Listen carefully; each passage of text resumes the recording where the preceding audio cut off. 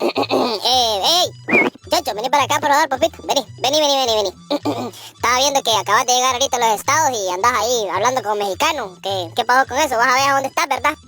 Oh, pues ¿qué pasó, güey? Yo sé que estoy en Honduras, cabrón, y este es mi país, güey. ¿Qué traes conmigo, cabrón? Si no te gusta mi pinche acento, pues ¿qué le hacemos, güey? Mira, si tú no entiendes por qué yo hablo así, es porque nunca has estado en los Estados Unidos, güey.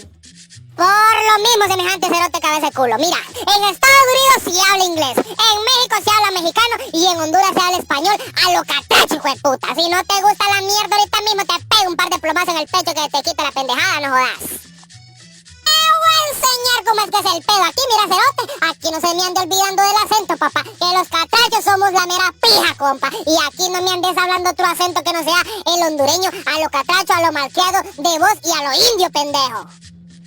No, pues así está cabrón, güey. Mira, hagamos una cosa. Guardas esa pinche pistola que tienes, güey, y hablamos a lo catracho, primo. Se olvida que me escuchó hablando como mexicano, ¿sí o no? ¿Sabe qué? Vamos a ponernos un pijín y a celebrar que viva Honduras, hijos de puta.